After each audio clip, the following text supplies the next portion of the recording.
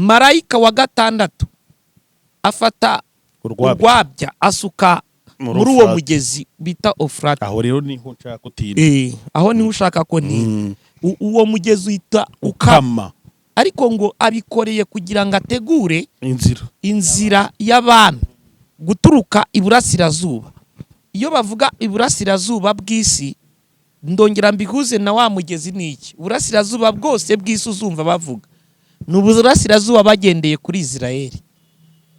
Bibiliya ivuga yuko Herimagedoni igomba kujya kuba uruzi rwa EFURATE yakamye, abaturutse iburasirazuba baje muri iyo ntambara yitwa Herimagedoni bakahanyura muri icyo gihe cya Herimagedoni, bakanyura bakaza kurwana muri Herimagedoni ariko badakoresheje ubwato.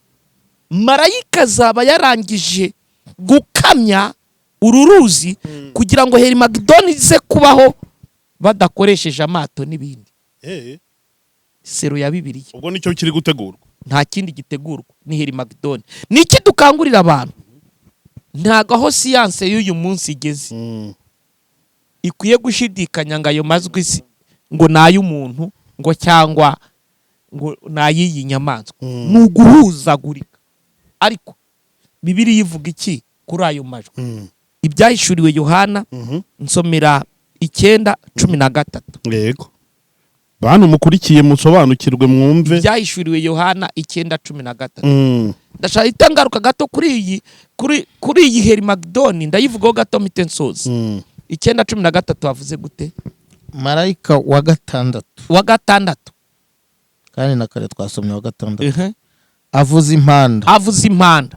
Numva ijwi riva mu mahembe ane y'igicaniro cy'izahabu. Mu mahembe ane y'igicaniro cy'izahabu kiri imbere y'Imana. Tibwira marayika wa gatandatu ufite impanda. Ufite iyo mpanda. Zitibohora abamarayika bane baboheye ku ruzi runini EFURATE. Ku mugezi wa EFURATE ni umugezi ushinzwe kugira icyo ubwira itorero, ushinzwe kugira icyo ubwira umukristo, kumubwira ngo itegure nyiri umurimo araza kuza. Hagiye kuba hakahe kameze nk'ububyutse, ariko ububyutse twirukutse abantu ko butazizana. Nta kintu Imana itangira ubuntu uretse agakiza konyine. Ububyutse hari abagomba kuba maso bakishyura ikiguzi cy'ububyutse kugira ngo itorero rizamuka atari umurizo, rizamuka ari umutwe, rizamuke ridahunze arijyane.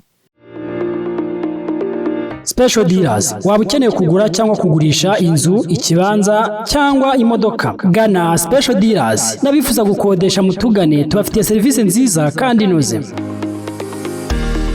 Muri Special dealers umukiriye n'umwami. Dukorera Kibagabaga imbere ya Saint Nyasi. Ku bindi bisobanuro waduhamagara kuri 078 48 55 035. Nshuti bakunzi ba Iyobokamana TV, turabasuje mu izina rya Yesu Kristo. Ni kwa kundi mumenyere ko tugira gutya tukazana abantu batandukanye maze tukabasha kuganira nabo. Murabona ko tuzanye rero abakozi b'Imana, dusanzwe dukorana ibiganiro cyo koze ntabwo twari tubaherutse kubahuza gutya ngo tubashe kuganira, ariko bitewe n'impamvu nyine z'ubusabe bwanyu ndetse n'uburemere bw'ibyo tugiye kuganira, turongeye turabahuje kugira ngo tubashe kuganira, batuganirire ku bintu bigiye bitandukanye. Turi kumwe nabo rero, ni munyemerero dutangire tubasuhuza kandi tubahereza ikaze. Pastor mwiriwe neza kandi muraho murakomeye? Turaho turashima Imana. Amakuru turi amahoro, izina ry'Uwiteka rihabwa icyubahiro. Wow, turongeye tubaha ikaze kuyobokamana TV. Yego murakoze. Murahita mwibwira abantu badukurikiye bamenye ko tugiye kubana na bande muri kino kiganiro. Nge nitwa Dusenge Jean Dodier, ndirigo representative wa The Holy Israel Church. Dukorera Inyamirambo ruhande rw'ibitaro bya Nyarugenge. Naho dukorera umurimo w'isumba byose. Yego. Nge Niba François, nyobora ministeri yitwa Good News International, cyangwa se inkuru nziza kuri bose. Yego. Imana iduha n'umugisha. Amen. Turi kumwe rero na Pastor Jado ndetse na Pastor François, nibo tugiye kubana. Tugiye kuganira. Mumeze neza se? Murakomeye? Umwaka mwawutangiye neza? Murimo mugenda mugana ku musozo wawo neza? Muri amahoro nta kibazo Pastor? Ndabona indinze. Ndabona indinze rwose. Ndabona ingaburira, ndabona inyambika. ibyo ntunze nanjye ubwanjye niwe mbikesha. Yego. Iyo ukoze evaluation yo prophetique y'ubuhanuzi bwagiye buhanurwa mu itangira ry'umwaka, urumva abashumba batandukanye babahanura ibintu ngo bizaba muri uwo mwaka, abandi bakita amazina umwaka, abandi bakavuga ko Imana hari ibyizakora muri uwo mwaka. Ubona turi mu kwezi kwa 12 gusoza umwaka wa 2023 twinjira muri 2024. Iyo ukoze evaluation ubona byarasohoye ku kigero kingana iki, cyane cyane wenda ibyo wamenye byagiye bivugwa n'abantu batandukanye? Nta kubeshye akenshi iby'abandi bahanura kereka yumbaza ibyo nahanuye, naho iby'abandi byo buri wese ahanuraho agace. Ibyo wahanuye se harimo ibyaba byarasohoyemo basi byinshi, ariko ntabyo nacishije kuri social media. Ariko Imana yabanye nanjye, wenda n'abankurikiye twasenganye. Erega hari ibyo uvuga bigasohora ako kanya, hari n'ibizasohora bitinze. Ntabwo yego, hari bizasohora bitinze, ariko mpamya ko Imana yavuganye natwe kandi yarakoze. Hari n'ibyo yakoze itavuze, nibyo byinshi. Hari n'ibyo yavuze hari n'ibyo yakoze itavuze, hari n'ibyo yavuze irabikora. Ariko ndashaka no kukubwiza ukuri ko hari n'ibintu bikoreka ari uko uhuye n'umuntu uri mu mwuka w'Imana. Buriya se cyane rwose mutarahura bikaba bitakoreka. Nk'ibiki urugero? Ni byinshi, wenda duhere muri Bibiliya se. Yego. Ngo urugero rwa Bibiliya, uramushunemu ntiyari yakabonye umuhungu atarahura na Elisa. Elizabeth atarahura na Marayika. Abraham atarahura n'abagabo batatu. Hari ibintu ubwayo Bibiliya navuga ngo hari n'ibyo itazakora itabanje kumenyesha abagaragu bayo biki babahanuzi. Bibiliya iradetermina rwose. Yanegeze inabwira Abraham, iranamubwira ngo ntacyo nzakora ntabanze kubwira inshuti yanjye Abraham.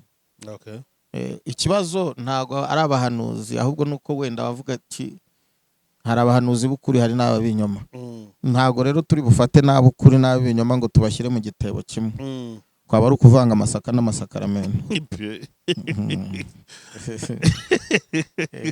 Ariko buriya uri n'umuhanuzi, wenda reka profite wenda nkubaze, ndaje kwa Pastor Jado nawe icyo kibazo arakinsubiza. Buriya inyungu aruhanura n'uhanurirwa, buri inyungu nyinshi ni izande kurusha undi?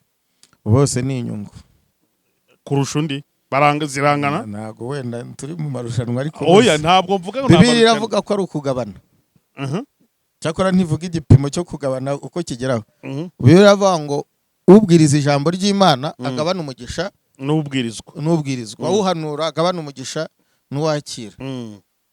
Ariko akenshi ubona abahanuzi akunda kwishyira ku rwego rugaragara, urugero kugira ngo wumve icyo ndi gushaka kuvuga.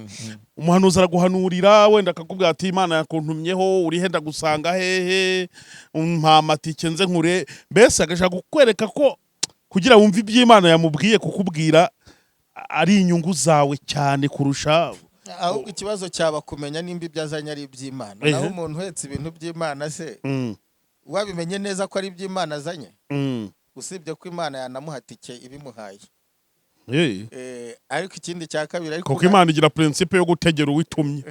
Ariko cya kabiri njye namenye ko ari iby'Imana nzaniye, bizi neza. Na taxi batiri nabiyitegera. Ikibazo ni ukumenya niba ari iby'Imana. Reka twumve ari ibye ku giti cye, kuko umuntu wese ukubwiye ngo Imana irambwiye ntabwo ari yo. Nako se yo mwijuru, si se wa Yesu. Reka ariko mvuge birasaba kumenya. Ariko namenye ko ari iby'Imana isumba byose. Kare mushumba ni ukunda gukoresha terme isumba byose.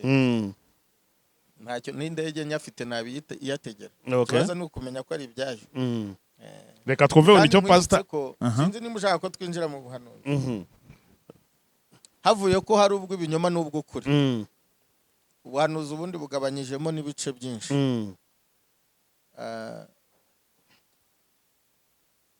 Reka mpere ku gice kivuga ubuhanuzi buvuye ku Mana, cyangwa se ijwi rivuye ku Mana, n'ubuhanuzi bwa Marayika, n'ubuhanuzi bw'umuntu. Ibyo ni ibice bitatu. Umuntu ubwe ku giti cye. Hari ubuhanuzi buvuye ku Mana, hari ubuhanuzi bwa marayika n'ubuhanuzi bw'umuntu uvuye ku Mana, ijwi ry'Imana nabwo kandi bugabanijemo ibice bibiri. Hari ubuhanuzi nk'ihame, donc ubuhanuzi budasaba kondisiyo, butagira ikindi kintu busaba kugira busohore, nta requirement busaba, aho bavuga ngo njye ubwanjye nzabyikorera, nta cyatuma izina ryanjye rituku. Yes. Ariko hari n'ubuhanuzi buturutse ku Mana bufite kondisiyo. Nugira umwete wo kumvira uzarya ku byiza, ariko nutagira utya bizagenda. So abantu rero bajya bamenya ubuhanuzi bahawe ubwo ari bwo. Hari n'ubuhanuzi rusange ku bantu, igusha imvura ku babi n'abeza, ubwo ni rusange ku bantu. Okay.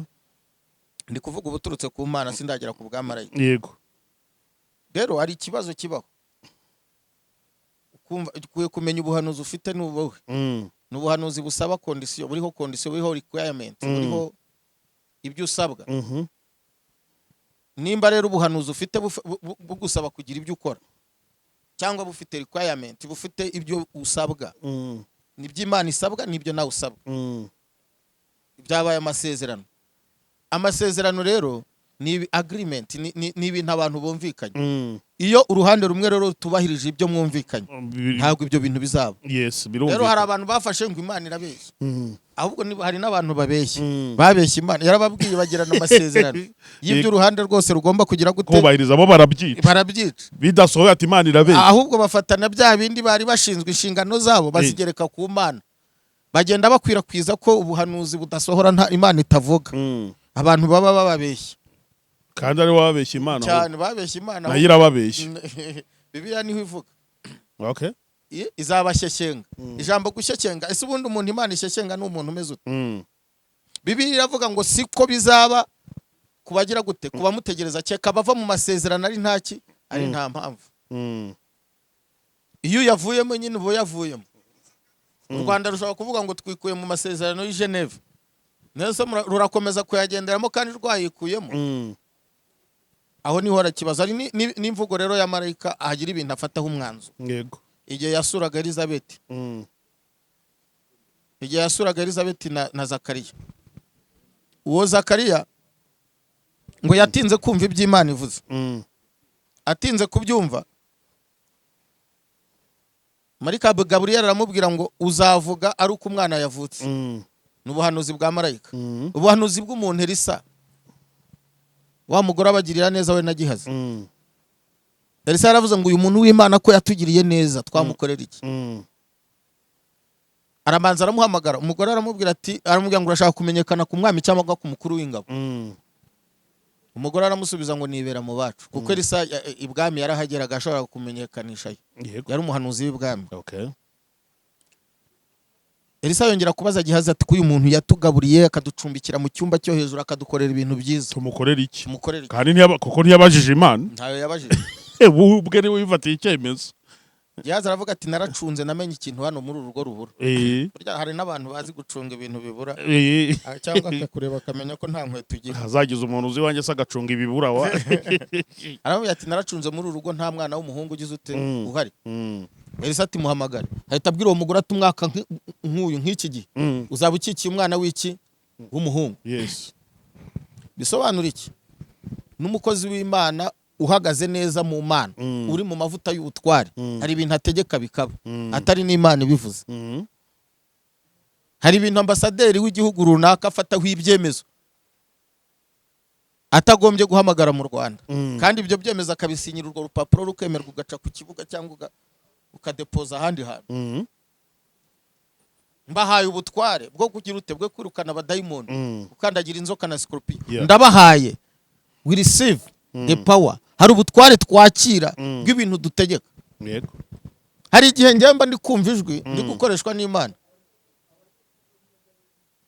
hari n'igihe mba ndi gukoreshwa n'impano. Cyumvuze uracyumvisha? Gukoreshwa n'Imana cyane n'impano. N'impano. Hari igihe mba ndi gukoreshwa n'Imana, n'igihe mba ndi gukoreshwa n'impano. Ubwo se cyumvuze uracyumvisha? Nacyumvisha. Nkarondora ibibi mu mutima wawe bidasabye ko ari Imana ibimbwiye, ahubwo ari impano indimo. Yeah. Aho sinzi nimba byumva. Ndikukumvisha na kwijana kandi ndikukurikiye rwose. So ubuhanuzi bukongera bukagabanywa nk'ibindi bice bitandukanye n'ibyo nari mvuze.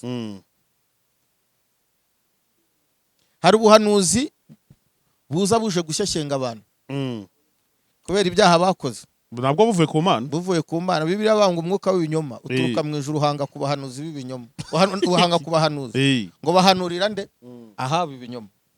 Izo nkuru ntimuzizi se? Kubera iki? Yari yakoze ibyangwa n'Uwiteka. Ubwo n'ubuhanuzi bugira gute bushyeshyenga. Kubera iki? Kubera ko umuntu yananiye Imana nta kwitamugize, bituma yemera ko umwuka w'ibinyoma uza kubahanuza. Uretse umwe gusa wahanuye ukuri, amubwiza ukuri ko najya ku rugamba azahapfira, ariko ngo abandi bahanuzi barenga 1000 bose bahanura ibinyoma bamushyeshyenga. Ntabwo Imana ishyeshyenga umuntu uhagaze mu buryo bwiza, ishyeshyenga umuntu udahagaze neza. Icyo ni kimwe.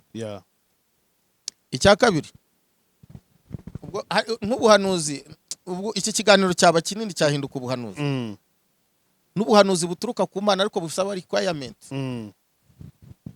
Bufite amabwiriza abugenga. Hari n'ibigenda utya bizagenda utya. Hari ibyo uca mu isezerano. Kereka abaca mu isezerano. Ari nta mpamvu. Iryo jambo nta mpamvu mushumba wenda araza kurisobanura. Urumva? Abayitegura. Ariko akantu ushaka kuvuga mwaho kuri requirement. Hari amakosa uzakora Imana yaravuganye nawe, aho kugira ngo bisohorere kuri wowe bisohorere ku bana uzabyara. Sinzi icyo mvuze niba ucyumva. Ndi kucyumva. Aho kugira ngo bizasohorere kuri wowe bigasogerana ku byaro. Dawidi Imana yari yaramubwiye ko azayubakira inzu. Ariko amasezerano azamwe inkota, azamo rushorera, ayakoramo amakosa, amena amaraso arasambana. Imana iramubwira ngo wamenye amaraso menshi ntuzanyubakira inzu, cyakora umuhungu wawe Salomo niwe uzayubaka. Yego. Ubu hari ibintu muzabona kubera wenda atari kuvuga ngo so yitwaye nabi. Amasezerano Imana yahaye papa wawe, wenda n'uyu twicaranye n'umushumba, akazasohorera muri nge. Haramusohoreraho atarasohoreye kuri papa we. Yego. Ushobora gusanga ibyo Imana yamubwiye 50% aribyo byasohoye, ibindi biri gusohora kw'aba bana. Yego. Wow. Muri makeya nicyo naba mvuzeho ku kintu kijyanye n'ubuhanuzi. Wow, ngira ngo ni ibintu byumvikana. Reka noneho twumve pastor ariko nimwumva rero ubwo kuvuga ubuhanuzi n'ubundi ubwo nyine tugiye kubuvugaho, ariko nituza kubuvuga rero kuri pastor muri iki gice cyo wa mbere cyo kuvuga, ndashaka ko ari buze kumbwira ku buhanuzi abaca mu isezerano nta mpamvu, abacamo se hari impamvu se zishobora gutuma nta mpamvu, ubwo no kuvuga ngo hari n'impamvu noneho Imana ishobora kwemera. Ariko naza kuvuga ku buhanuzi rero sasa rero no gusohora kwabwo, cyangwa n'uburyo ibintu byagiye bihanurwa n'abahanuzi ba kera cyangwa na Yesu ubwe bigenda bisohora cyangwa bigenda byiyagitiwariza muri situation z'uyu munsi. N'urugero ndashaka za kuvuga, urabona hari uruzi rwitwa EFURATE, sibyo? Ruriya ruzi mu mateka muri Bibiliya, nabarebye muri Bibiliya mbona rurimo inshuro 100. Izo nabashije kureba, nabikoreye ubushakashatsi, mbona hari abantu bajya baruvugaho ibintu bitandukanye, bavuga ati ruriya ruzi ni rukama, ngo buzaba uri guharura inzira, ngo nibara abantu b'iburasirazuba ngo ingabo zizanyura ngo muri Heri Magedoni n'ibiki ngo n'amajwi arimo. Ariya majwi yatangiye kumvikanamo kuko rugeze ku ndiba rukama neza. Abantu ngo abanyamakuru bari kugenda bakumva amajwi ari kuvuga nyine y'ibintu bimeze nk'ibintu bidasobanutse, nk'inyamaswa, nk'umuntu se.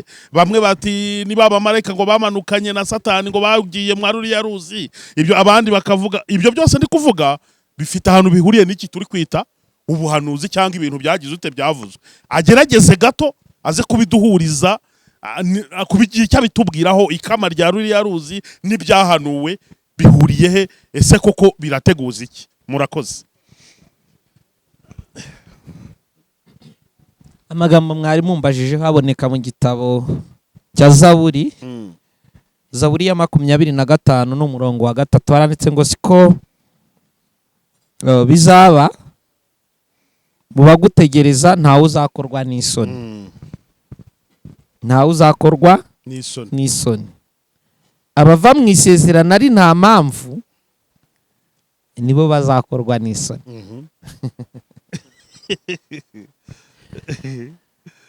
reka nshimire mwene data François kubw'amagambo atandukanye abashije kugerageza gukora details cyangwa kudetaya ibice bigize ubuhanuzi.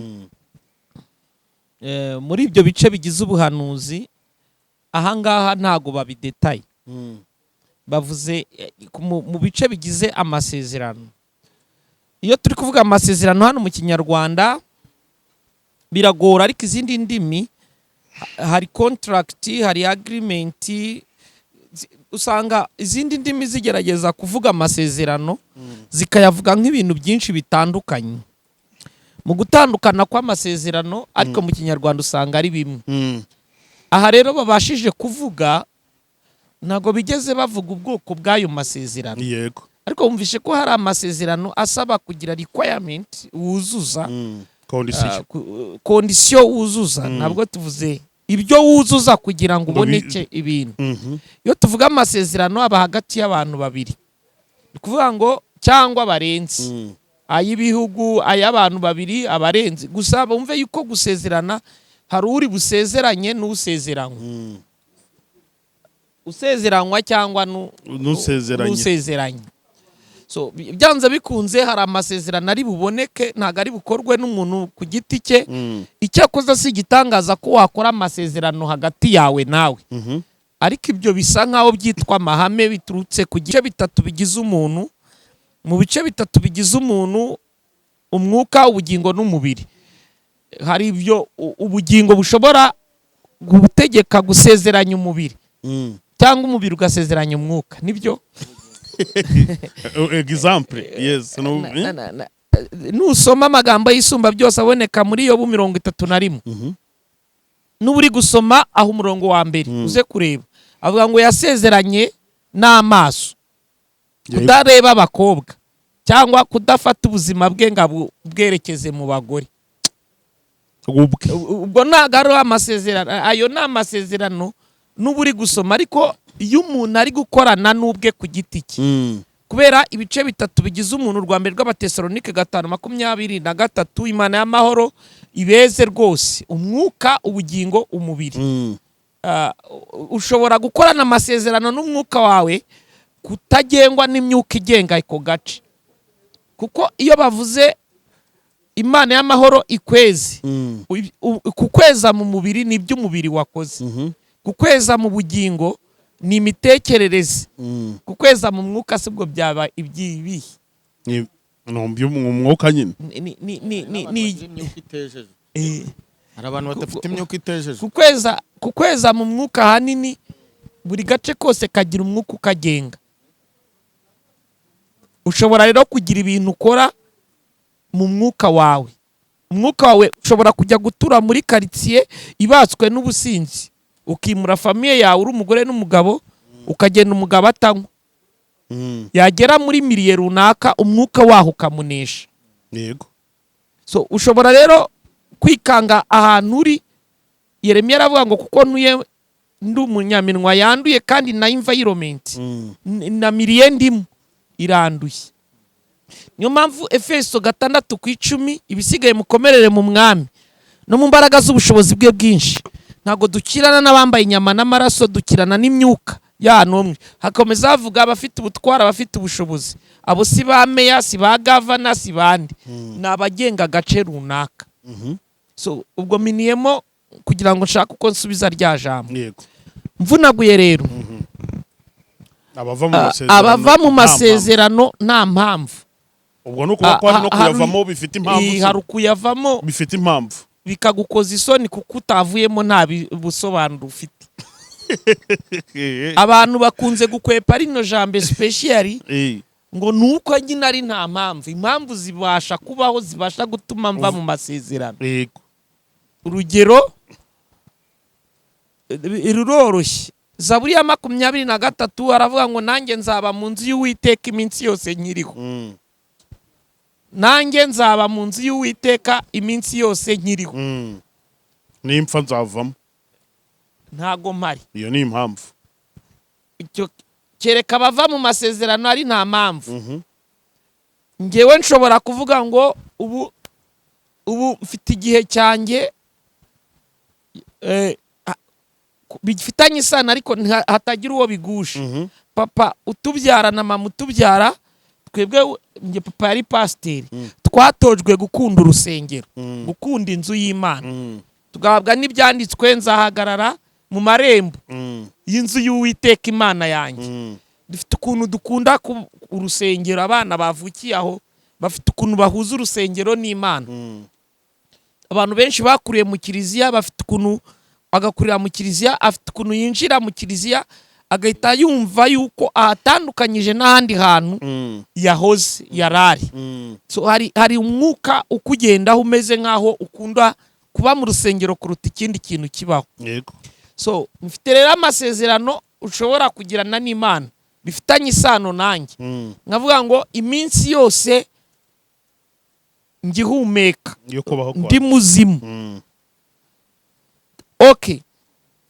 Sinzigera nuzuza icyumweru ninjiye mu nzu yawe. Utegiye. Ngewe ntagiye. Ariko bakiriyeho guma mu nzu.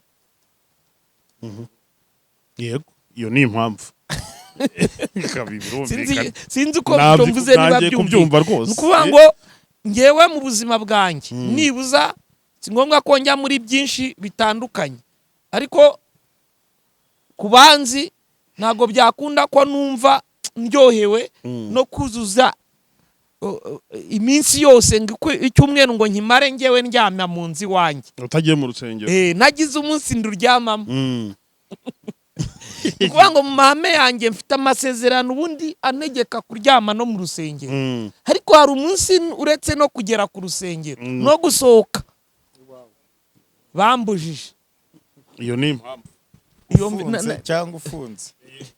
Igihe wifashe ukaba uri mu nzego z'ubuyobozi bagufashe kubera ibintu runaka ugomba gusobanura, ntago ndi burare mu rusengero ariko naraye muri gereza n'urugero. Ntago ndi mfite ububasha bwo kurara mu rusengero nemereye Imana ibintu ariko mfite impamvu ituma nabikora. Nshobora kuvuga ngo uyu mwaka ngewe nzarihira abantu mituwere runaka, mba mfite ingano y'abantu runaka wenda cyangwa kubazi iwacu ku rusengero mfite ukuntu njya mvuga ngo iminsi mikuru y'abantu batabishoboye nkagira uko nyipanga. Ariko wemera yuko nshobora kwikanga ndi mu buzima nanjye inyama naguraga nanjye ntazo mfite cyane. So icyo navuze rero ngo sinzigera mbura abantu 50 ngaburira ku munsi mukuru. Ibyo wenda bo mu rusengero ni ihame nkunda kugira, ariko nubwo ndifite gutyo ntayafite. Ni ukuvuga ngo iyo Bibiliya ivuga ngo nta uzakorwa n'isoni kereka bava mu masezerano, ari nta mpamvu. Nukita hejuru ntago basobanuye ubwoko bw'amasezerano. N'amasezerano in general. Hari amasezerano wemerewe kuvamo kubera ufite ubusobanuro. Kandi Imana ntigukonsidaringe nk'uwaganze. Ntibitume ukorwa n'isoni, ntibitume useba. Kuba naremeye, narindi kuguha urugero, kuba naremeye ngo uko umwaka utashye nubigenza gutyo, uko umwaka utashye nge ngahigira Imana. Tuko umwaka utashye nzajya ngira abantu runaka ngaburira. Sibyo? Yego. Ndi kubivuga a fonction ya situation mbona. Ndabivuga bitewe n'ubuzima ndimo. Ariko bwahinduka. Shobora kwikanga nkuko harabwako hari amasezerano nsezeranye Imana ari sociale, ayo nsezeranye Imana ari spirituel, ari yo mu bantu, ari mu mwuka, ari muri buri kimwe cyose. Nkabasha kugira ibintu nsezeranye Imana. Ariko si gitangaza ko haboneka ibituma bihinduka. Ariko yari amasezerano nayisezeranije. Nkwiye kwirinda kugira ntaba nakorwa n'isoni kuko harayo naretse ntafite impamvu. Udafite impamvu. Mu magambo make na ngira ngo birumvikana umuntu wese ariko byumva. Reka nabyumva uri muri gereza ntago uri busterane. Katujye kwikama ry'uruzi.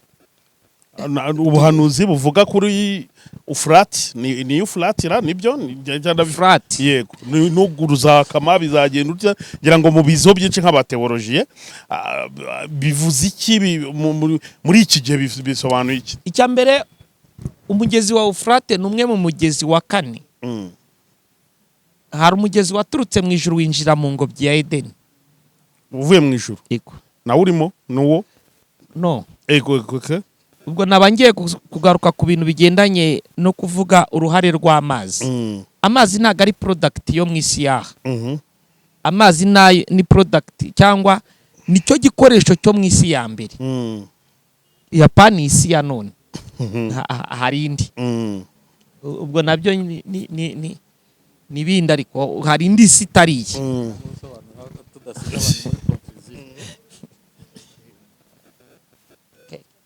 Mbanze nsobanure ngo ntasiga abantu muri ko. Ariko ibibazo iyo si Okay, ni cyiza ari ikibazo ndashaka kugishakira umwanya tugisobanura abantu. Okay, yego. Kugira ngo mbanze hari ukuntu umuntu akubaza nk'umwigisha wa Bibiliya ukaba wajya kure y'ikintu ariko nihazamo akantu turaza kugira ngo yego nabyumvisha abafasha gato kugira ngo babyumve. Dore yuko ni ukuvuga ngo hagati y'umurongo wa mbere n'uwa kabiri mu itangiriro mbere na mbere Imana yaremye isi n'ijuru.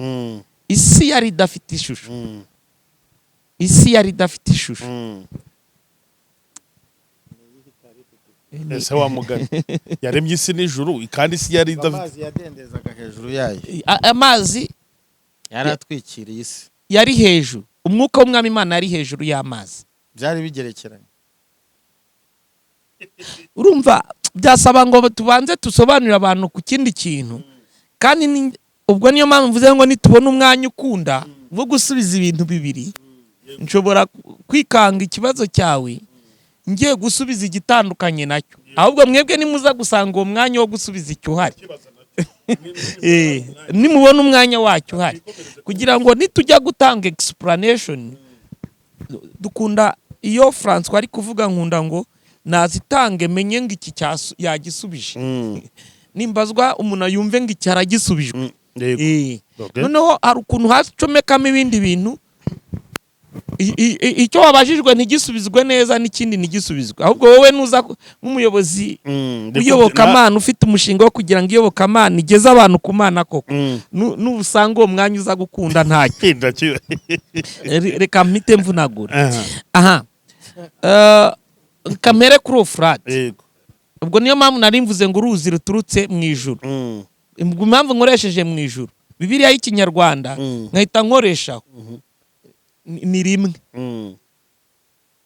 Muri Bibiliya y'Ikinyarwanda ni rimwe ariko uze gukoresha izindi ndimi ntago ari rimwe. Iy'Ikinyarwanda ni rimwe ariko izindi ndimi ntago ari rimwe. N'ikimenyimenyi nibasoma urwa kabiri rw'Abakorinto 12 kuvana kuri rimwe ugeze kuri 3. Nzi umuntu wo muri Kristo Yesu arazamurwa akajyanwa mu ijuru bakabivuga rya 3. Ariko y'Ikinyarwanda ivuga rimwe. Yego. Ariko urumva Bibiliya ivuze ngo ajyanwa mu ijuru rya 3. Nibyo. Yego. Baze gusoma abarebe rya 3. Niki rero nshatse ko abantu babasha kumenya. Niyo mpamvu nkoresheje umugezi uturutse mu ijuru uza kunetesha ingobyi. Ni ingobyi yari irimo Adamu. Ni ingobyi yari irimo Adamu yari ipangiwe kuba Adamu na Eva. Iyo ngobyi icikamwe iwo mugezi uje ucikamwe imigezi 4. Yego. Umugezi uri principal usigara ni uvuze ufurate wa 4. Yego. Ubwo mbangira ngo abantu nibuza nidukora introduction bumve bagira ikintu basagura. Ufurate nuko ngo ufurate yaturutse ku mugezi wavuye mu ijuru uje kunetesha ngo bya Edeni. Mu migezi 4 yari ishinzwe kuyinetesha. Urayisanga mu itangirira igice cya 2. Baze gusoma aho ngaho. Wenda baze icyo gice cya 2 baraza kubibona. Ni muri aho ngaho nyine kugira ngo ingobyi ibeho.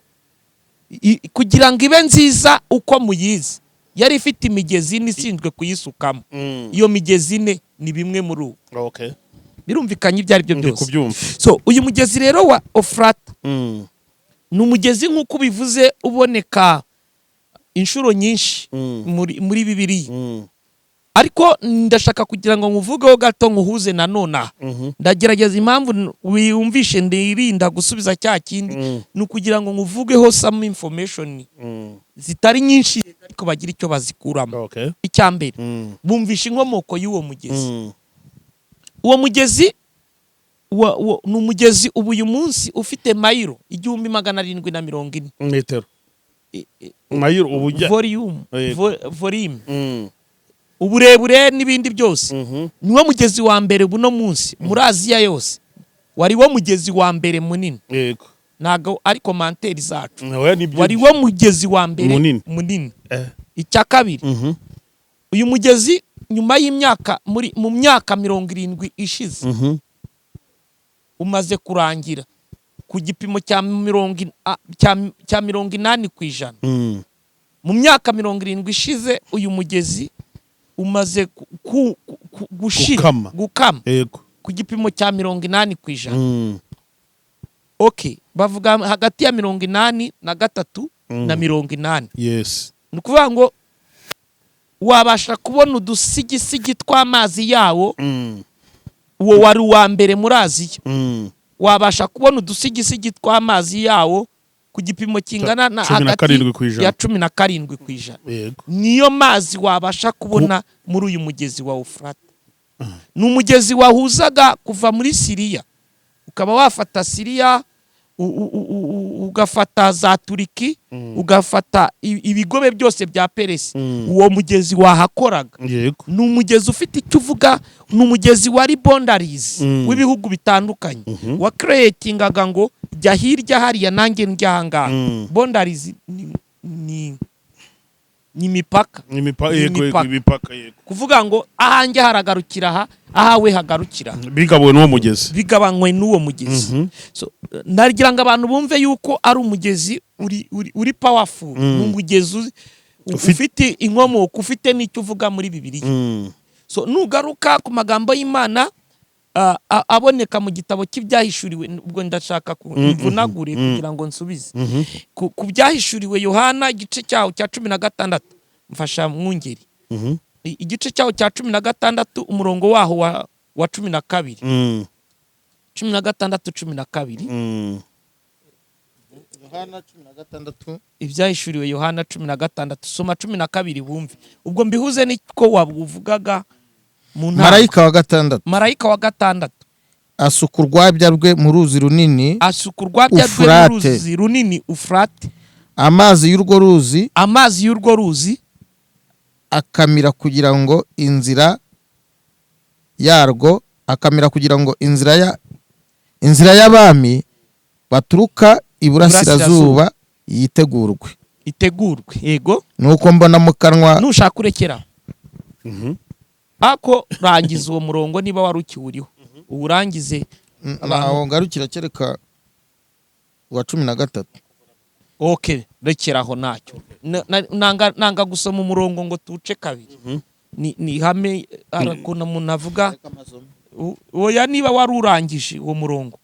Wari wawurangije. Niba wawurangije nta kibazo. Impamvu nakunda guca umurongo kabiri ndazizi zimwe zo tuzihorera. So magambo make, Marayika wa gatandatu afata urwabya asuka muri uwo mugezi bita EFURATE. Aho rero niho nshaka kutira. Aho niho ushaka ko ni uwo mugezi uhita ukama. Ariko ngo abikoreye kugira ngo ategure inzira y'abami guturuka iburasirazuba. Iyo bavuga iburasirazuba bw'isi, ndongera mbihuze na wa mugezi niki. Iburasirazuba bwose bw'isi uzumva bavuga ni uburasirazuba bagendeye kuri Isirayeli. None waruzi ko Isirayeli atari yo centre?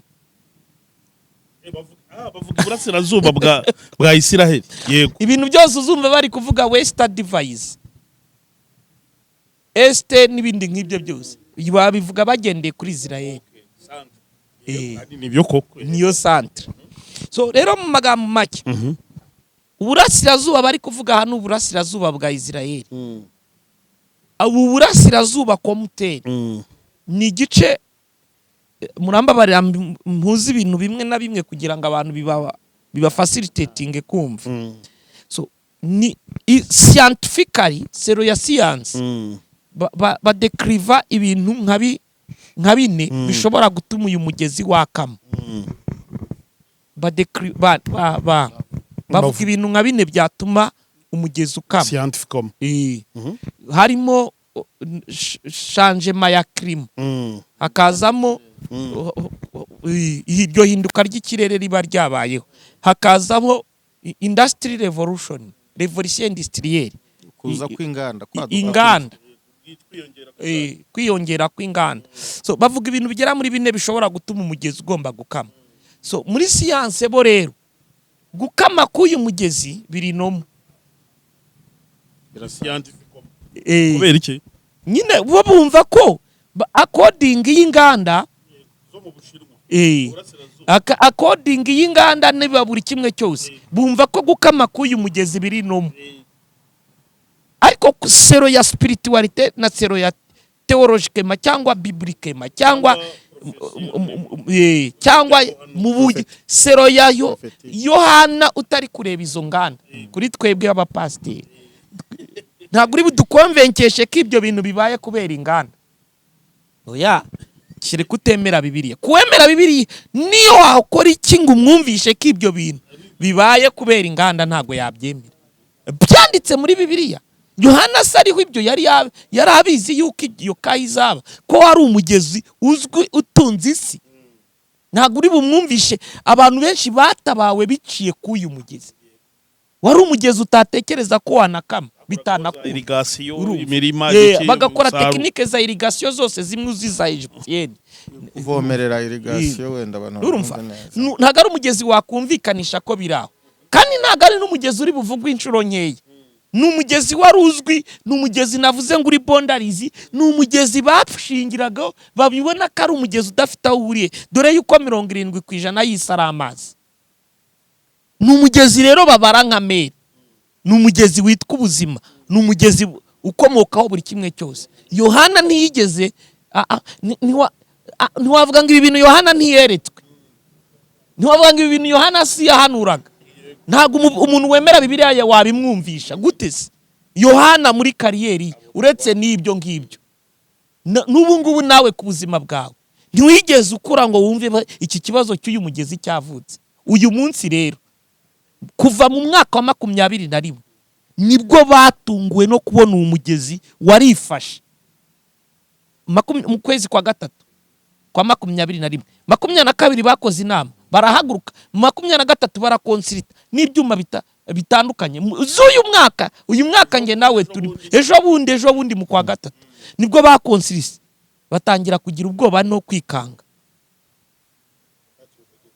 tekiniki kitubayeho kuri uyu mugezi byabaye nka skandali ubundi barifata gutyo ukagabanyuka kw'amazi muri icyo gihe ariko ikindi gihe bakabona ukongera umugezi ukiyongera nk'uko bisanzwe kuko bigendanye na friwa na konfriwa kubajiza bigendanye n'imigezi ibyo si igitangaza rero habaye agashya muri 23 uhita umanuka ubu imvura yagwa yose ibiba byaba byose nta kintu gihinduka kuri wa mugezi n'ibyo bakoresha byose ntago mazi ayo ugerageje kongera muri uwo mugezi bajya muri science bareba ayo bagerageza imigezi bashaka kudahiramo irayanywa wahindutse umugezi uri bwohere mwandi mazi imigezi imwe bakayoheramo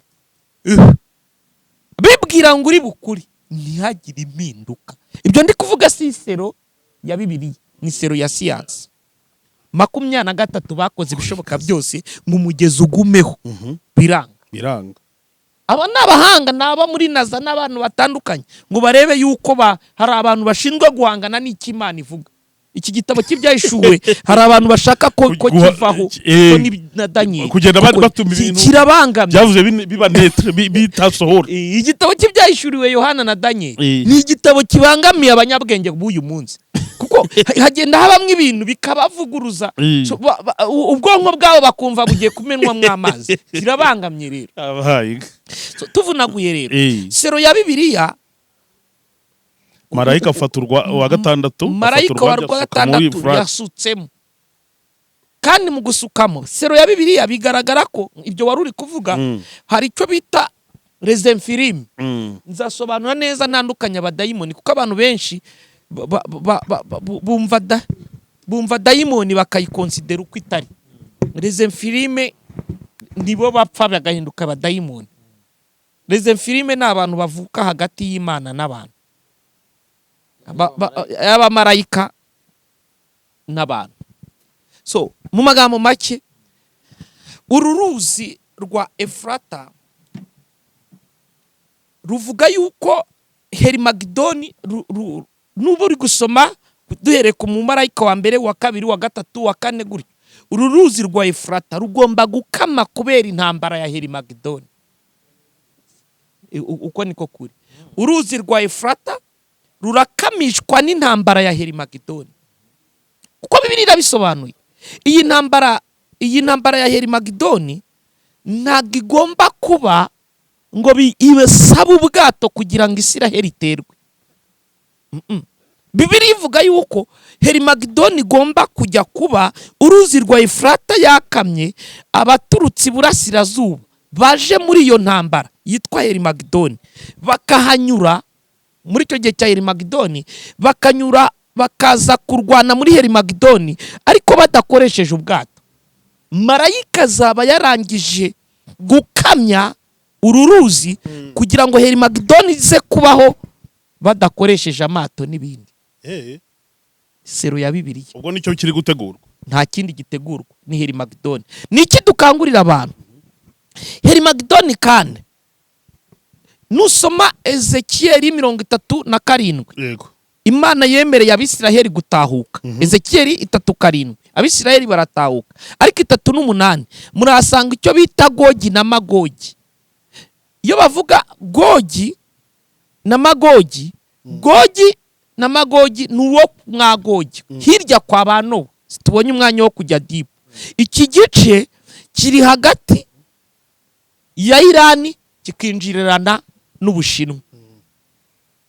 Birumvikana aho ngaho muri situation yo bene Magogi kwa Gogi mwabano ni bene ni bahehe, iyo situation iherereye he?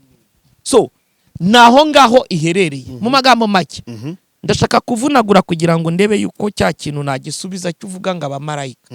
Bibiliya ntiyabihishe, igaragaza yuko hari abamarayika baziritswe, bafunzwe, bafungirwa munsi y'uruzi rwa Efurata kubera ubuhemu n'umujinya wabo. Birihe? Nibo babo twumva amajwi yumvikana. Serongeye yuko nemera, sero yuko nizera. Bari kuvuga siyanse ngo amajwi bari kumva ngo nayo abantu bataka, ngo amajwi bari kumva ngo ni ubwoko bw'inyamaswa bari kuvuga ngo bitakariye ibintu nk'ibyo ngibyo. Amajwi bari kumva bo bari kuyahuza n'ibyo bagashivuga ngo byanze bikunze ngo haba ari inyamaswa. Sero yuko nge nizera,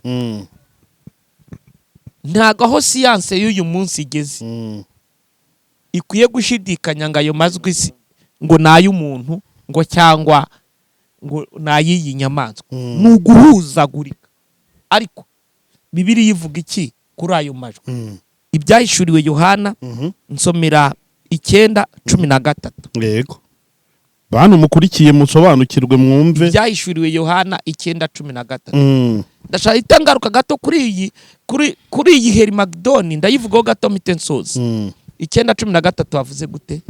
Marayika wa gatandatu kandi na kare twasomye wa gatandatu avuza impanda, numva ijwi riva mu mahembe ane y'igicaniro cy'izahabu kiri imbere y'Imana. Tibwira marayika wa gatandatu ufite iyo mpanda zitibohora abamarayika 4 baboheye ku ruzi runini Ufurate. Ongera usome neza. subiremo. Marayika wa gatandatu avuza impanda, numva ijwi riva ku mahembe ane y'igicaniro cy'izahabu. Nushaka ari kuze gukomeza kugira ugere kure batabyita amagambo. Kiri imbere y'Imana kibwira marayika wa gatandatu ufite impanda riti bohora abamarayika bane baboheye ku ruzi runini Ufurate. Nuko abo bamarayika bane bari biteguriwe iyo saha n'uwo munsi n'uko kwezi n'uwo mwaka, babohorerwa kugira ngo bice 1/3 cy'abantu. Umubare w'ingabo z'abarwanira ku mafarashi wari uduhumbagiza 200. Umubare wabo uduhumbagiza bivuga iyo basomye uduhumbagiza ni ibihumbi. Nicyo bita ibihumbi. Uduhumbagiza 200 ubwo ni ibihumbi 200. Komeza. Iyo bavuze inzovu baba bavuze ibihumbi 10. Nta kindi. Iyo bavuze n'agahumbi baba bavuze igihumbi. Baba bari kuvuga indi mibare ihita igenda uko isanzwe. Komeza. Umubare wabo narawumvise. Kandi nerekwa amafarashi n'abari bayicayeho. Amafarashi n'abayicayeho bari bambaye ibyuma bikingira ibituza, biri gukingira igituza, bisa n'umuriro, biri gusa n'umuriro, na huwakinto n'amazuku. Imitwe yayo mafarashi yasaga n'iy'intare. Imitwe yayo mafarashi iri gusa n'iy'intare. Mu kanwa kayo havagamo umuriro n'umwotsi n'amazuku. Mu kanwa kwayo mafarashi baje bagendaho. Ako uyu munsi mwibuke ko atagenda amafarashi. Mu kanwa kayo mafarashi baje ariko bagendaho hari kusohokamwe umuriro. Wari kubona ari ifarashi kuko ntagari buvuge burende. Mu gihe cye nta burende ihari. Abantu banabyumve neza. Umuhanuzi wo mu cyaro utarabona indege yabona ugiye kugenda mu ndege akubwira ko igisiga abonye kikugurukana. Kuko nicyo yabonye. Komeza. Aravuga ngo havagamo umuriro n'umwotsi n'amazuku. 1/3 cy'abantu cyicwa n'ibyo byago uko ari 3. Ari by'umuriro, umwotsi n'amazuku. Umuriro, umwotsi, amazuku. Bivuye mu kanwa kayo mafarashi. Bivuye he? Kuko akanwa kayo n'imirimo yayo ari byo yabashishaga kurwana. Kuko imirizo yayo isa n'inshira ifite imitwe kandi niyo aryanisha. Nyamara abantu basigaye batishwe n'ibyo byago ntibarakihana imirimo y'intoki zabo ngo bareke gusenga abadayimoni. Ibigendanye n'aya mafarashi nawe niba babicaye baze kudekiriva bumve koko niba ahari kuvuga ifarashi. Ifarashi isanzwe ivamwe umwotsi, umuriro, ukavamo umuriro, hakavamo amazuku. Oya, hari uko nta terime ivuga ngo baducanyeho umuriro se muzi. So niki nari nshatse ngo abantu bumve. So hari imbaraga zigomba guturuka iburasirazuba. Hari icyo gendanye na Herimagedoni. Icyakoze kuba dukurikiye bakijijwe bizeye Herimagedoni igomba gutangira itorero ryazamutse. Harya buri itorero rigomba kuba ryazamutse. Ibyo byose Herimagedoni ntabwo izabitorero kiri mu isi. Ntabwo itorero rigomba kuba ari gihari. Ese burya Herimagedoni itorero biriya ni kumwe mwabashije kwigishwa. Umwigisha yari mutoya arakubwira ngo kakubayeho ngo baraguca urutoki ngo bagira gute gutya. Ni ikibazo cy'ingano y'ubumenyi.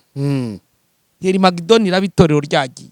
Noneho reka icyo cyo tuzakigira ikiganiro. Ariko no kuri menya isi y'umwuka menya naragishyizeho.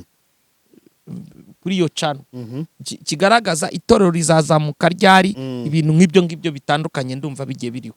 Icyo bita umuzuko wa mbere n'uwa kabiri ndetse umuzuko wa mbere n'uwa kabiri bitandukaniye hehe. Mbese Kristo naza ubwa mbere azaza ryari? Mbese Kristo azaza aje ku nshuro ya kangahe? Ku ya kabiri.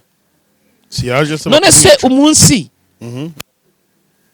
umunsi Kristo yazukaga hari umugore wari uraho agiye kumukoraho yamubwiye gute? Buretse kunkoraho mbanze njyana iminyago. None se umunsi Kristo yiyerekaga abigishwa yiyereka abigishwa batunguye harimo Tomasi. Ntiyamubwiye ngo nkoraho. Iminyago se yari amaze kujyana yarayivanye.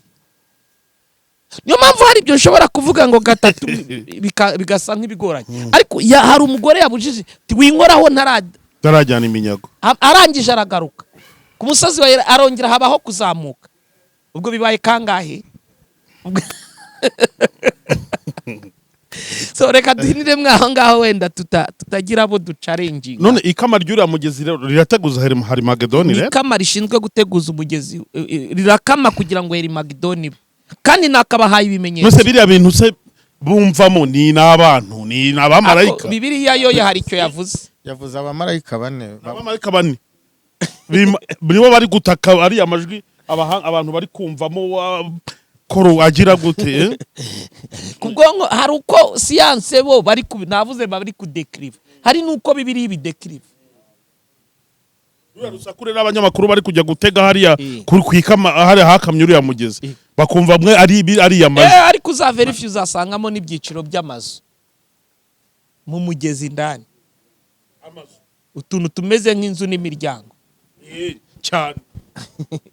Rero mu magambo make icyo twari tugize ngo abantu bumve ku mugezi wa EFURATE ni umugezi ushinzwe kugira icyo ubwira itorero, ushinzwe kugira icyo ubwira umukirisitu, kumubwira ngo itegure nyiri umurimo araza kuza. Hagiye kuba hakahe kameze nk'ububyutse, ariko ububyutse twirukutse abantu ko butazizana.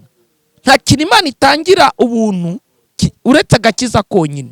Ububyutse hari abagomba kuba maso bakishyura ikiguzi cy'ububyutse kugira ngo itorero rizamuka atari umurizo, rizamuka ari umutwe, rizamuke ridahunze, rizamuke ridahunze, arijyane. Hazabaho imyaka 7, imyaka 3 n'igice. Israeli iri yuri kubona nibwo izahita imenya yuko hariho gukora antikristo, kuko abazaba facilitatinga kubaka urusengero bataramenya kanariwe antikristo. Nta nubwo ibyo ni ibindi inyigisho nyinshi azakubwira ngo antikristo bazakwereka kazakomoka handi, bamwe kubw'impamvu zindi babihuze na papa n'ibindi. Ariko antikristo sero ya Bibiliya tuzafata umwanya tudekrive azaba akomotse. Abisiraheli bazamenya ko ari antikristo nyuma y'imyaka 3 n'igice itorero rizamutse. Kandi aka karengane wumvishe kangana na 1/3 cy'isi kizigomba gupfa, kigapfa kizize heri Magedoni, itorero rizaba ryagiye.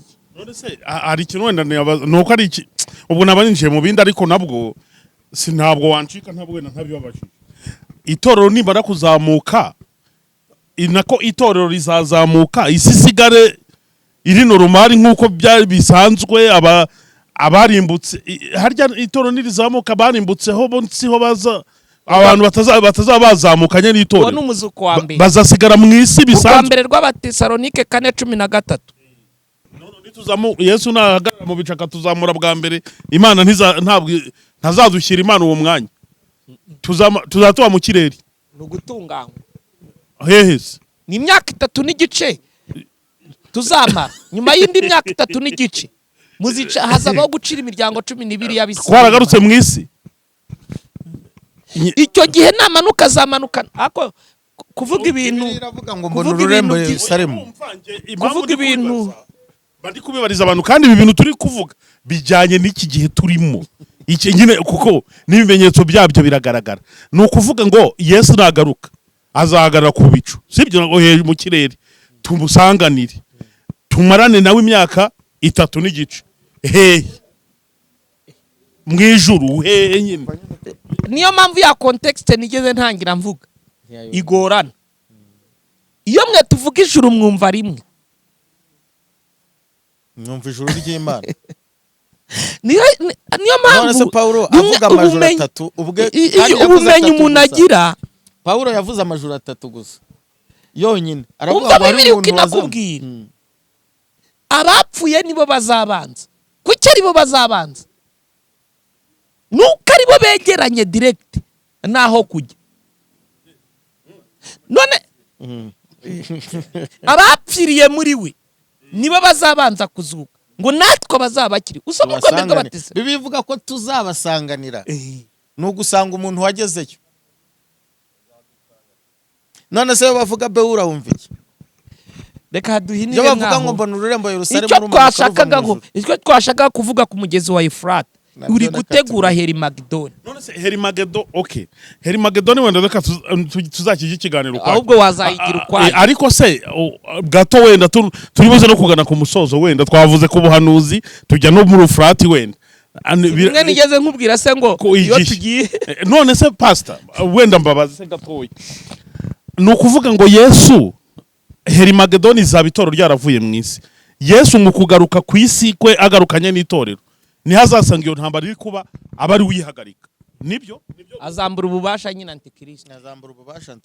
Hazaba hariho intambara, Abisiraheli bazahabwa imbaraga. Some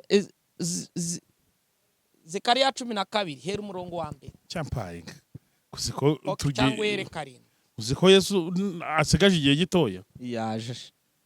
Ubu Yesu ari imyaka irenze 10 asigaje.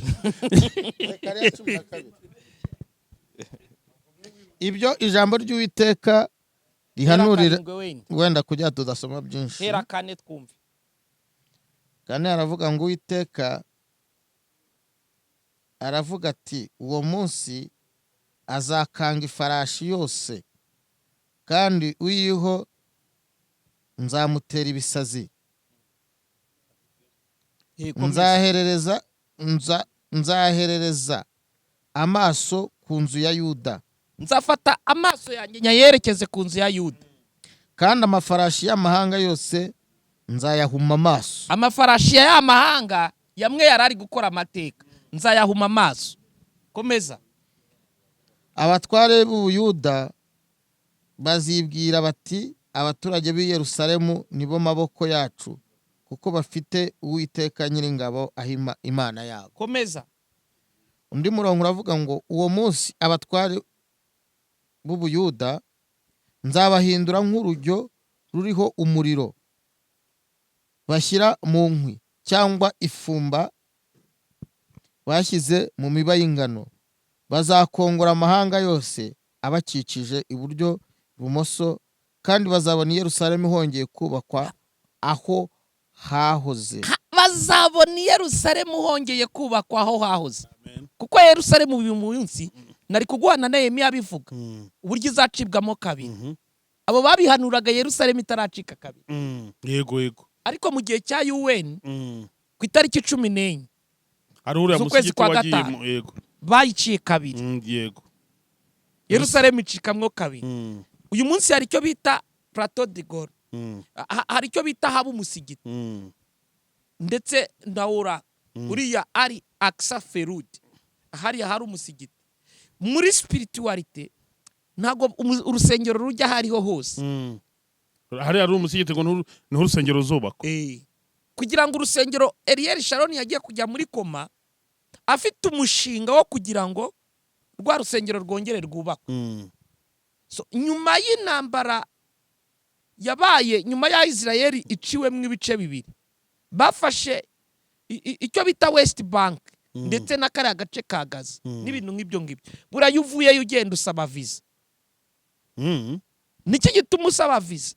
Iyo Israel igize intambara ihita isunika ivuga ngo n'ubundi hose tuzahafata. Yego. Kuko bari no kurwana ejo bundi amahanga ngira ngo numvaga rekarama Uburusiya bubwira Israel ngo muramenye mutazongera kwibwira ko muri gufata mwongera guhitamo muhomekaho. Mu bitekerezo byabo bumva yuko kugira ngo babashe no biriya bintu abantu bumva ngo bakoze mu mitekereze yawo baba bavuga ngo twakagombye kuvanaho kugira ngo abiwacu babone aho batura. Komeza ariko munsi aho wasomaga. Komeza munsi aho wasomaga biradufasha. Ibibazo byose babazagaho birwa bisangamo. Kandi Uwiteka azabanza gukiza amahema y'Ubuyuda. Azahera iBuyuda kuko abayuda ubu nibo bahari. Kugira ngo icyubahiro cy'inzu ya Dawidi. Kugira ngo icyubahiro nyirizina cy'inzu ya Dawidi n'icya Yerusalemu cyo kwamamara ngo kirute icy'Ubuyuda. Kitaruta icy'Ubuyuda. Uwo munsi Uwiteka azarinda abaturage b'i Yerusalemu. Azarinda abaturage bari i Yerusalemu. Umunyantege nke muri bo azamera nka Dawidi, umunyantege nke mu Bisirayeli azaba ameze nka Dawidi, kandi inzu ya Dawidi izamera nk'Imana. inzu ya Dawidi ntago abantu bazumva ko aribo bari kurwana nabo, bazagira ngo barwanye n'Imana. Nka marayika w'Uwiteka uri imbere yabo. Bavuga ngo biragaragara ko atariwe, ni marayika w'Uwiteka uri imbere yabo. Maze uwo munsi nzashaka kurimbura amahanga yose yateye Yerusalemu, ababibasiye bose nzarwambirira kubarimbura. kandi nzasuka ku nzu ya Dawidi no ku baturage b'i Yerusalemu umutima w'imbabazi niwo kwinginga. Bazitegereza njyewe uwo bacumise, umwe bahakanaga bazamuborogera, bazahita bamuborogera nk'uko umuntu aborogera umwana we w'ikinege. Bazamuririra bashavure, nk'uko umuntu agirira umwana we w'imfura ishavu. Uwo munsi Yerusalemu bazaboroga cyane, nk'uko baborogeye i Hadiramoni mu kibaya cy'Imegido. Kandi igihugu kizaboroga, umuryango wose ukwawo, umuryango w'inzu ya Dawidi ukwawo n'abagore bawo ukwabwo, n'umuryango w'inzu ya Natani ukwawo n'abagore bawo uraza gukomeza. Nubona uwo bari kuborogera azana n'itorero. Abo ni Abisiraheli bazabonye Yesu abatabaye bamuborogere, bavuga ngo uyu wa mutipe wahari ahiri, kandi agihinguka icyo gihe muze gusoma munsi, ntago azahinguka bwo azagera kuri tere, ngazakandagira ikibazo cya Megido hacikemo kizite gicikamo umuhavu, wari umusozi uhita usatukamo kabiri, yambukirane yerekeza ku rusengero ruzaba rwarubatswe, Abisiraheli bamaze kurwubaka. Ayo makuru yewe ni munyemerere rero bakunzi b'iyobokamana TV ndetse n'aba bakozi b'Imana dusoreza, ariko wenda tugana ku musozo, reka ngaruke kwa Pastor François gatoya. Mubaze wenda hari igihe tubona kuki ubundi twese turi abantu b'Imana, sibyo? Ariko ukabona Imana iraguha irampa amasezerano yo kumpa iby'abandi bafite batanayubaha, mbese ukabona hari ibintu abandi bafite yabahereye ubuntu itiriwe binyuza muri kondisiyo z'amasezerano, ariko ngikabitsezeranya ko bimpa kandi nanjye ndi umwana wayo. Ubona biterwa n'iki wenda? Reka mbabaze nk'utubazo nka tubiri tutuganisha ku musozo. Tubariza icyarimwe ngira ngo. Ikindi nshaka kubaza, ese iyo Imana ihaye umuntu amasezerano, gusenga cyane, kujya mu butayu za Kanyarira, za Rusesa, kujya gusesa imanza, kujya mu buvumo butandukanye cyane cyane ukahihata, byihutisha gusohora kwayo masezerano Imana yaguhaye Pastor? Yego. Okay. Ikibazo cya mbere, uti Imana kuki gusezeranya ibyo abandi bafite bataranavunitse? Ubwo nabyo ni ikiganiro kirekire ubwacyo. Yego. Hari n'ibyo wenda twari kuvuga kuri ibyo mushumba yaramaze kuvuga, ariko reka tuzagire seri. Yego. Hari magodoni yo igomba kubagarura hano. Sinayo gusa kuko n'abantu ntago bazi iby'umuzuko w'abapfuye. Nanjye ndumva kwa Kristo, ibyo nabyo n'indi topic. Ingoma y'imyaka igihumbi, imyaka 3 n'igice. Yewe we. Indi 3 yo n'igice nayo bigahura n'imyaka 7, imyaka igihumbi tuzaba turi he?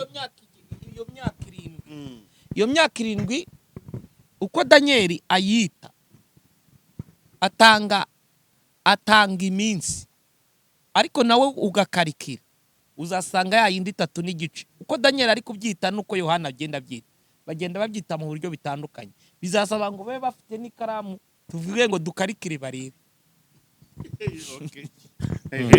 So Imana duhana umugisha, mbibutse ko by'umwihariko umushumba ku bintu bijyanye n'igitabo cy'ibyahishuwe ari umuhanga kuri cyane. Ubwo ko hari igihe umuntu yispecializa ku kintu runaka, ndaki specializa ku buhanuzi, ndaki specialization rero ye iri ku byahishuwe cyane, ndetse aranabyigisha. Ubwo nta mwanya dufite ngo tugire icyo tubivugaho byinshi. So icyo warumbajije rero uti kuki Imana gusezeranya, nkwibutse ko ubutunzi buturuka ahantu hatandukanye. Ibyo abandi bafite hari ibyo Imana yabageneye, hari n'ibyo bibye. So hari ibyo Imana yagize gute yabageneye, hari n'ibyo bibye. hari abantu bafite ibintu Imana yabageneye bakagereka niho n'iby'abandi bagiye batwara. Ntabwo ubutunzi bwose busobanuye ko bwavuye mu nzira nziza. Bibiliya hari bwo yita ubutunzi bubi buturuka ahantu handi hatari mu bushake bw'Imana. Ariko impamvu Imana ishobora kunsezeranya iby'abandi bafite nuko ngiye kubibona byari bigoranye. Imana nikubyara ngo uzabyara, jya umenya ko hari ikibazo cyo kutabyara. Nikubwira ngo nzaguha inzu, nuko mu buzima busanzwe kuzabona inzu byari ibintu bigoye. Njyambwira abantu ngo igitangaza si uko umwana wa minisitiri yabaye minisitiri, igitangaza ni uko umwana wabuze minerivare uri mu cyaro azaba minisitiri. Yego, icyo nicyo gitangaza. Byari bigoranye ngo abe minisitiri, ariko kuko Imana yavuze iherekeza ijambo ryayo abayeho. Ntiwari kuzabyara, ariko kubw'imbaraga z'Imana uzabyara. Nubona umuntu Imana imubwira ngo nguhaye umugabo, nuko gushaka kwe kwari kurimo ingorane n'ibibazo bikomeye. Cyangwa Imana ikakubwira ngo nguhaye umugore, nuko mu gushaka kwawe harimo ikibazo. Ukumva aho ugiye baraguhanurira umugore, haba harimo ikibazo. Ahubwo iyo rije kugira uterije gushaka inzira. Ariho tujya tuvuga ngo isezerano ry'Imana ryishakira inzira. Ntago byari koroha ngo Yosefu abo umwami mu gihugu kitari ikiwabo. Niyo mpamvu Imana bivuze niyo mpamvu Imana waguza ibiceri cyane akaba umwaka wa mugani. Isezerano ry'Imana ryishakira. Ari ibintu ndashatse kuvuga nonaho kuri kamera Imana imbwira kubera nzi impamvu. Nanjye ubwanjye ndota, nimba ndota usuhuzanya n'umuyobozi w'igihugu runaka ndashatse kuvuga, nuko kuba muri icyo gihugu byari bigoye n'ibindwanya muri cyo ari byinshi, ariko Imana irambwiye ngo humura, nzabana nawe, nzakurinda. Ibyahaguruka byose nabivuna. Ubwo nibireka tugarukiraho. Rero niyo mpamvu Imana isezeranya ibyo. Nuko kubibona ubwacu n'imbaraga zacu bitari byoroshye. Icya kabiri wambajije ngo gusenga kanyarira byakwihutisha, ariko aho Yesaya 62 havuga ngo abibutse Uwiteka ntimugatuze. Kubibutse Imana se yibagirwa ibigira ngo irebe ko wabihaye agaciro. Ibigira ngo irebe ko wabihaye agaciro. Ntiyibagirwa, iragira ngo urebe ko muri wowe wabihaye agaciro, bifite uburemere. Kugeza ubwo nzahindura Yerusalemu amashimwe. Yego, ndabyumva. Imana ishimwe. Gusenga rero ni uburyo bwo guha agaciro, cyangwa se tusengera amasezerano bwo guha agaciro icyo Imana yavuganye natwe. Ni uguha uburemere bw'icyo cyavuzwe. Ese ni uruhe ruhare rw'umuntu mu masezerano y'Imana? Uruhare mu gusohora kwayo se? Mu gusohora kwayo ruhare turasubira muri bya bindi navuze mbere. Icya mbere biterwa n'amasezerano yariyo. Iyo adafite kondisiyo ntarwo. Hari amasezerano asohora atari nuko wasenze cyane, ahubwo ari nasohora itayakubwiye. Burya yavuze mu buryo utazi. Ibyo hari n'ibyo bita suzantandi. Ibyo nabyo ni ibindi. Iyo hari n'amasezerano asohora kubera uburyo witwaye, kubera iki afite kondisiyo. Nimba arakubwiye Imana ngo nugira umwete wo kunyuba nanjye nzakora ibi, ubwo nukuyubaha. Ariko nutayumvira bizagenda. Nkunda no kubwira abantu kandi kare twabivuze, ntabwo Imana itanga intebe, Imana itanga igiti. Ni wowe ukora mu intebe. None se Imana yaremye intebe? Ko yaremye igiti abantu bagakora intebe? Yaremye igiti n'imisumari. Oya n'imisumari ntabwo ari Imana. Hari ibyo yaremye, ariko ubwenge hari inshingano z'Imana, hari n'inshingano zawe. Nimba Imana ikubwiye ko uzarongora, si izajya no kuguteretera. Reka ubwo hari ibintu byinshi. None se niwigira indisipurine, ubwo uzarenganya Imana. Kujya ntibinterera iyo cyane. Si n'icyo cyonyine. Aho twavuga byinshi. Ubwo twavuga uruhare rw'Imana mu bintu. Uzakigire topic, uruhare rw'Imana mu bimbaho n'uruhare rwanjye mu bimbaho byose. Imana ibaho umugisha. Amen. Sinzi umushumba. Ngira ngo reka wenda mubaze gatoya ku ruhare rw'umuntu mu masezerano, anadusengere. Gatoya wenda n'uruhe ruhare amasezerano Imana yampaye ni menshi. Ntabigiramo uruhare gute ngo asohore vuba? cyangwa sohore nyine ni iki kindeba icyo usabwa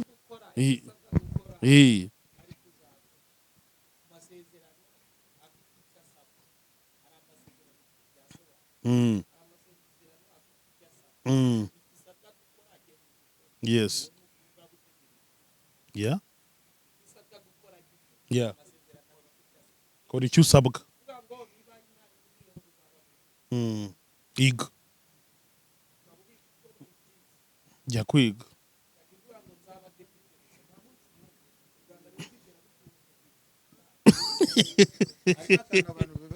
ibyo usaba si impamvu yo kudakora ibyo usabwa.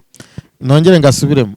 Kabiri nuko ari abantu bavuga ngo Imana yambwiye akazi keza, haza akazi runaka ati kano ntabwo ariko Imana yambwiye, bakibagiza ko na Yosefu yabaye premier ministre w'intebe na ministre w'imari yabanje kujera ibyo kwa Potifari, kuba umunyakigega wo kwa Potifari. Barebe iyo kiranutse mu bike gushinga na binini. Imana ishobora gutangira ari bitushobora gutangira. Imana yarakubwiye ko uzaba umuyobozi muri banki, ugatangirira kuri geshe kandi ukazarangira ubaye umuyobozi wa banki.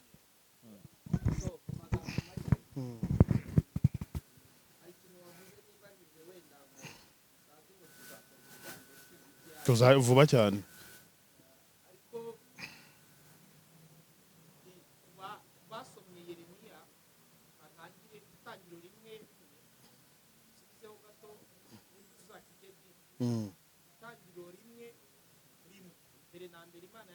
Ijuru n'isi.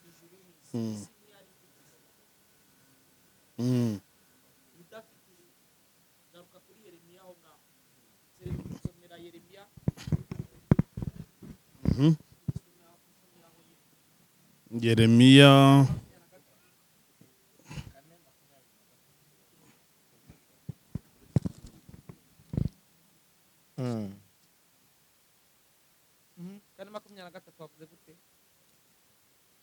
nitegereje isi mbona idafite ishusho, yarayitegereje abona idafite ishusho kandi irimo ubusa, n'ijuru naryo nta mucyo rifite.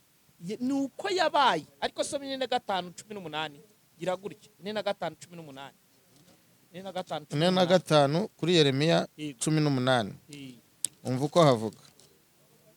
Aravuga 4:5-18 hano hafa. Okay, soma urwa kabiri rwa Petero.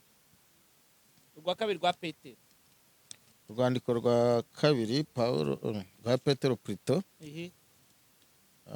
Urwandiko rwa Petero kangahe? Usome 3:8.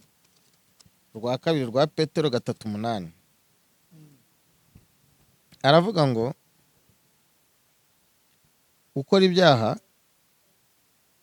Rwa kabiri rwa sorry ayisomye ibice 8. Ibice bingahe?